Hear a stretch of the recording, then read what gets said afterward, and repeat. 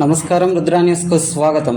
హైదరాబాద్లోని గాంధీ భవన్లో కాంగ్రెస్ పార్టీ ఆధ్వర్యంలో తెలంగాణ రాష్ట్ర ఆవిర్భావ దశాబ్ది ఉత్సవాలు ఘనంగా నిర్వహించారు. ఈ కార్యక్రమంలో ఏఐసిసి ఇన్ఛార్జ్ దీపాదాస్ మున్షి, ఉప ముఖ్యమంత్రి బట్టి Vikramarka, TPCC working president Mahesh Kumar Goud, మంత్రులు పొన్నం ప్రభాకర్ గౌడ్, సీతక్క, తుమ్మల నాగేశ్వరరావు, జూపల్లి కృష్ణారావు, రాజ్యసభ సభ్యులు అనిల్ యాదవ్, ఆది శ్రీనివాస్, రోహిత్ చౌదరి, మాజీ ఎంపీ వి హనుమంతరావు, గీతారెడ్డిలు పాల్గొన్నారు.